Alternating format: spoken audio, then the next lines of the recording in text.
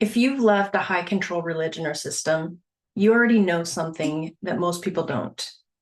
You know what it feels like to have your identity shaped for you. And you also know what it costs to walk away. The confusion, the rebuilding, the questions about who you are now. Years ago, when I left a domestic violence situation, I made a decision. I wasn't going to stay just a survivor. I was going to become a healthy survivor. And over the years, that decision again and again was tested. It was tested through illness, through rebuilding, and through loss. For me, it meant walking through addiction recovery and learning how to stand again after the loss of my son.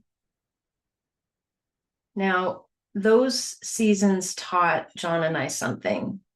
Resilience isn't a personality trait. It's actually something that you build.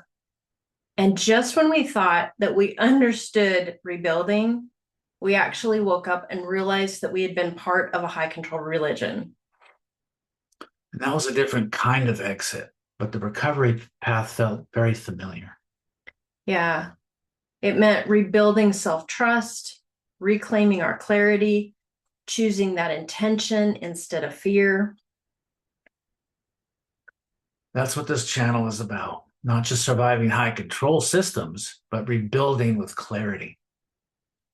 And learning how to trust yourself again, learning how to think freely, learning how to create income or relationships and that direction and that reflect who you actually are.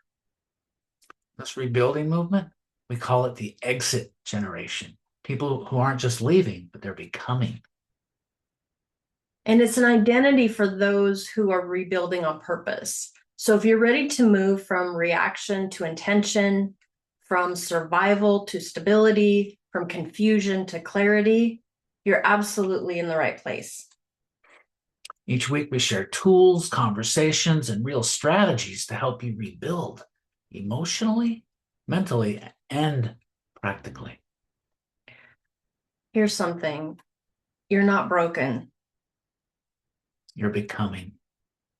So please subscribe and join us. And if you are interested in that deeper connection, our Exit Generation community is linked below. We're glad that you're here.